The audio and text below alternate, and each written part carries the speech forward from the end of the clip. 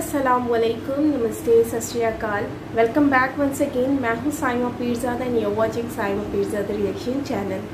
आज की वीडियो पे हम रिएक्ट करने वाले हैं that is India block Pakistan from UNSC meeting over Afghanistan and Taliban. So इस वीडियो को आज हम देखेंगे। वीडियो अच्छी लगे लाइक कीजिएगा, शेयर करें एंड सब्सक्राइब नहीं किया तो सब्सक्राइब भी कर लीजिएगा। सो चलते वीडियो की तरफ रिएक्ट कर लेते हैं। सो हियर वी गो।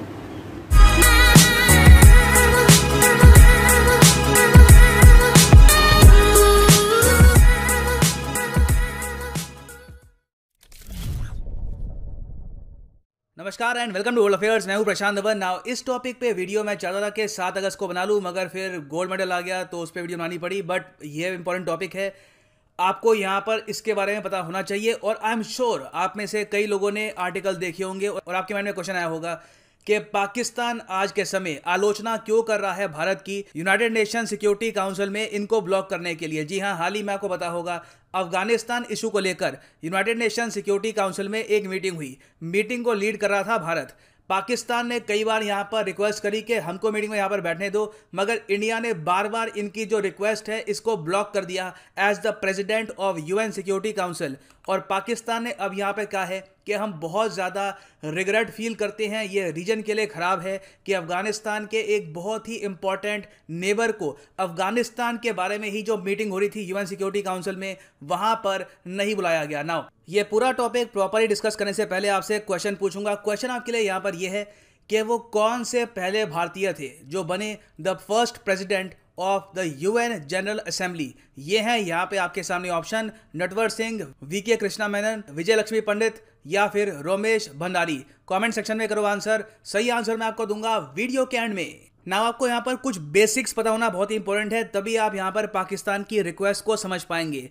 अभी के लिए यूनाइटेड नेशन सिक्योरिटी काउंसिल, जिसके बारे में आपने बचपन से पढ़ा है, 5 यहाँ पे है permanent member: UK, Russia, France, China, USA, और फिर 10 होते हैं टेम्परेरी मेंबर्स। तो इस सिक्योरिटी काउंसिल का अगस्त 2021 महीने के लिए प्रेसिडेंट है भारत। और वैसे अगर हम बात करें तो यूएन सिक्योरिटी काउंसिल में अस्थायी मेंबर है भारत 2022 साल के लिए। और अगर यहाँ पे आप सोच रहे हैं कि बस अगस्त महीने के लिए, बस 1 महीने के लिए हम प्रेसिडेंट रहेंगे यूएन सिक्योरिटी काउंसिल के, तो इसका आंसर है नहीं। इसके बाद दिसंबर 2022 में भी हमारी प्रेसिडेंसी फिर से आएगी। तो याद रखिएगा, दिसंबर 2022 में जब हम फिर से प्रेसिडेंट बनेंगे, इस प्रेसिडेंसी में हो सकता है कि भारत एक बहुत ही बड़ा स्टेप उठाए रिगार्डिंग अफगानिस्तान और पाकिस्तान। मगर अभी 2022 का दिसंबर महीना काफ़ी दूर है। अभी के लिए 2021 में भी जो हमारी प्रेसिडेंसी चल रही है, भारत इसमें भी बहुत ही इंपॉर्टेंट स्टेप्स उठा रहा है। देखो, जैसे ही भारत बना president of UN security council, Afghanistan के जो विदेश मंत्री हैं मोहम्मद हनीफ अतमार, ये मिले एस जयशंकर साहब से। और इन्होंने यहाँ पर कहा कि हम चाहते हैं कि यूएन सिक्योरिटी काउंसिल में भारत अफगानिस्तान का मुद्दा उठाए। अफगानिस्तान में जो सिचुएशन है, जिस तरीके से सिविलियंस पे अटैक हो रहा है, ये मुद्दा भारत को उठाना चाहिए eight the UN security council. और यहाँ पे आप देख पाओगे ये ट्वीट है अफगानिस्तान के विदेश मंत्री की कि I called on doctor S Jaishankar to discuss convening an emergency UN Security Council session on Afghanistan. UN and international community must play a greater role to stop unfolding tragedy in Afghanistan due to Taliban violence. और actually ना सिर्फ अफगानिस्तान, भारत में भी जो बहुत सारे politicians हैं, जो मेंबर ऑफ पार्लियामेंट है, इन्होंने भी सरकार को ये कहा। फॉर एग्जांपल सुब्रमण्यन स्वामी जी ने भी यहाँ पर सरकार को ये कहा कि ये लास्ट चांस है to become relevant in Afghanistan. Afghanistan में आपको कोई बड़ा रोल प्ले करना है तो ये आपकी अपॉर्चुनिटी है। यूएन सिक्योरिटी काउंसिल में एक मीटिंग बुलाओ अफगानिस्तान के इशू को लेकर। You have the power. अब अपनी पावर यूज नहीं करोगे तो कब करोगे? तो अफगानिस्तान की सरकार के कहने पर ऑब्वियसली इंडिया ने यूएन सिक्योरिटी काउंसिल के प्रेसिडेंट के रूप में एक मीटिंग बुलाई on the issue of Afghanistan situation. और ये पावर देखो होती है प्रेसिडेंट को। प्रेसिडेंट ही डिसाइड करेगा आज के समय कि यूनाइटेड नेशन सिक्योरिटी काउंसिल में जो भी टॉपिक डिस्कस होना है, जो भी रेजोल्यूशन पास होना है, ये सब आज के समय डिसाइड करेगा Bharat at least till the end of August month. Now जैसे ही भारत ने डिसाइड किया कि ठीक है हम यहाँ पर यूएन सिक्योरिटी काउंसिल में एक मीटिंग करेंगे, तो मतलब कि 15 जो यहाँ पर कंट्रीज हैं इंक्लूडिंग चाइना, यूएस, रशिया, ये सब यहाँ पे डिस्कस करेंगे अफगानिस्तान की सिचुएशन को। पाकिस्तान ने ये कहा कि हम भी इस मीटिंग में आएंगे। अब यहाँ पे आप कहोगे वेट, पाकिस्तान आज के समय यूएन सिक्योरिटी काउंसिल का मेंबर नहीं है, ना परमानेंट मेंबर है, ना अस्थायी मेंबर है, तो पाकिस्तान कैसे कह रहा है कि इस मीटिंग में ये लोग आ जाएंगे? तो देखिए, प्रेसिडेंट के पास पावर होती है कि एक ऐसा देश जो अभी के लिए यूएन सिक्योरिटी काउंसिल का मेंबर नहीं है, वो एक स्पेसिफिक मीटिंग के लिए यूएन सिक्योरिटी काउंसिल का सेशन अटेंड कर सकता है। अब फॉर एग्जांपल इंडिया ने अफगानिस्तान की सरकार को एंट्री दे दी इस इशू को लेकर, क्योंकि अफगानिस्तान के बारे में ही बात हो रही थी eight the UN security council. Pakistan ने कहा ठीक है, फिर हमको भी यहाँ पे आने दो, हमारे भी जो रिप्रेजेंटेटिव हैं ये पाकिस्तान का पक्ष रखेंगे। तो इंडिया ने यहाँ पर चुपचाप कह दिया कि नहीं, आपकी रिक्वायरमेंट यहाँ पर नहीं है। अब इस इशू को लेकर पाकिस्तान काफ़ी गुस्सा है। पाकिस्तान के जो परमानेंट रिप्रेजेंटेटिव हैं to the UN security council, ambassador Munir Akram, इन्होंने ये कहा है कि मैं अपना रिग्रेट एक्सप्रेस करना चाहता हूं। हमने रिक्वेस्ट करी थी कि यूएन सिक्योरिटी काउंसिल की मीटिंग में हमको यहां पे एंट्री मिले, मगर हमारी रिक्वेस्ट एक्सेप्ट नहीं करी गई।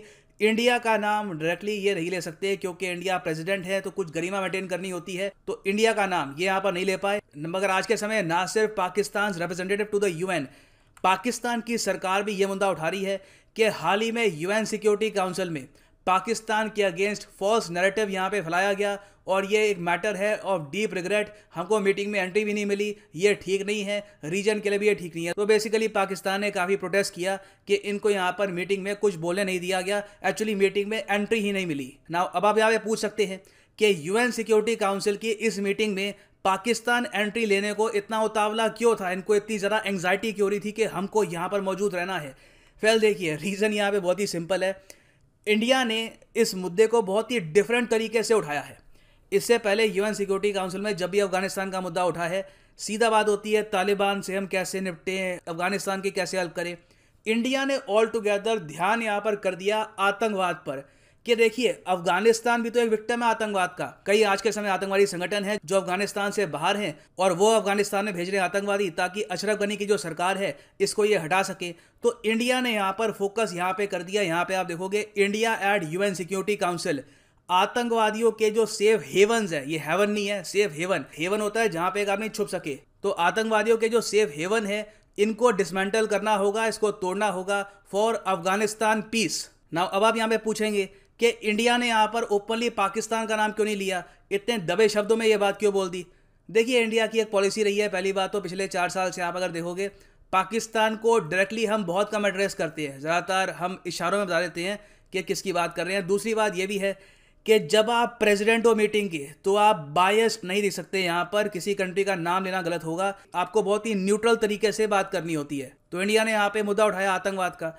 फिर जो अफगानिस्तान के परमानेंट रिप्रेजेंटेटिव हैं to the UN security council, Ghulam Isaczai साहब, ये खड़े हो गए। इन्होंने ये कहा कि हमारे पास प्रॉपर एविडेंस है, पाकिस्तान की सरकार आज के समय सेफ हेवन और लॉजिस्टिकल सपोर्ट प्रोवाइड कर रही है तालिबान को, मतलब कि पाकिस्तान तालिबान को सपोर्ट कर रहा है और ये लोग मिलकर कोशिश कर रहे हैं कि अफगानिस्तान की सरकार को ये लोग हटाएं। तो ये यूएन सिक्योरिटी काउंसिल में बोल दिया गया है, डॉक्यूमेंट्स में रजिस्टर्ड है, और यहाँ पर मैं कहूँगा ये एक बहुत ही इंपॉर्टेंट मीटिंग है। पहली बार है यूएन सिक्योरिटी काउंसिल में जब ये डिस्कस किया गया कि सारा कसूर अफगानिस्तान का नहीं है, सारा आतंकवाद यहाँ से नहीं आ रहा, बहुत सारा टेररिज्म अफगानिस्तान में एक्सपोर्ट भी किया जा रहा है बाहर की कंट्रीज द्वारा। तो इंडिया ने पहली बात तो जो यूएन सिक्योरिटी काउंसिल का दृष्टिकोण है ये थोड़ा सा अब्रॉड किया है। और इस मीटिंग के तुरंत बाद अफगानिस्तान की सरकार ने जारी करी एक प्रेस रिलीज, जहां पर यह बताया कि पाकिस्तानी नेशनल्स, 30 पाकिस्तानी नेशनल्स मारे गए हैं अफगानिस्तान की एयर स्ट्राइक्स में। टोटल 112 तालिबान के आतंकवादी मारे गए, उसमें से 30 थे पाकिस्तान के लोग। अब ये सब आरोप जब पाकिस्तान पे लगे तभी यहाँ पर कह रहे हैं बार बार, पहली बात तो मीटिंग में हमारी एंट्री नहीं हुई, दूसरी बात जो भी हम पे आरोप लगे हैं गलत है, हमारा नाम खराब किया जा रहा है, हम अफगानिस्तान में अस्थिरता नहीं फैला रहे। तो पाकिस्तान ने बेसिकली खुद को यहाँ पे डिफेंड करने की कोशिश करी है, मगर the damage has been done. जो अफगानिस्तान सरकार की बात थी ये यूएन सिक्योरिटी काउंसिल तक पहुंच चुकी है। उसके अलावा आप अगर देखो तो फिर से 15 कंट्रीज जो है यूएन सिक्योरिटी काउंसिल की, उन्होंने ये कहा है कि जल्द से जल्द यहाँ पर वायलेंस खत्म होना चाहिए। और हम ये बोलना चाहते हैं कि अफगानिस्तान में जो बच्चे हैं, जो औरतें हैं, ये डायर सिचुएशन में है इन हेल्थ। तो इंडिया ने यहाँ पर ग्राउंड वर्क रख दिया है। पॉसिबिलिटी है कि इन द फ्यूचर अफगानिस्तान में यूएन पीस कीपर्स भी डिप्लॉयड हो। ये एक मीटिंग में होने वाला काम नहीं है। आप यहाँ पर पहले एक बात रखते हो, उस पर डिस्कशन होते हैं, कई मीटिंग्स होती हैं। तो मैं कहूँगा इंडिया ने यहाँ पे ग्राउंड वर्क रख दिया है। पॉसिबिलिटी है कि दिसंबर 2022 में जब हम फिर से प्रेसिडेंट बनेंगे, उस टाइम रिगार्डिंग अफगानिस्तान हम एक रेजोल्यूशन भी पास करवा दे at the UN security council. Of course शर्त यहाँ पर यह है कि चाइना इस रेजोल्यूशन को वीटो ना करवा दे। ना वापस आते हैं अपने क्वेश्चन पे, first Indian to be president of UN general assembly, ये कौन थी? तो सही उत्तर यहाँ पे है ऑप्शन सी, विजय लक्ष्मी पंडित, जवाहरलाल नेहरू जी की बहन यहाँ पे आप देख पाएंगे, ये पहली और आखिरी इंडियन थी जो प्रेसिडेंट बनी थी of the UN general assembly. इनके बाद से लेकर अब तक एक इंडियन प्रेसिडेंट नहीं बना ऑफ UNGA।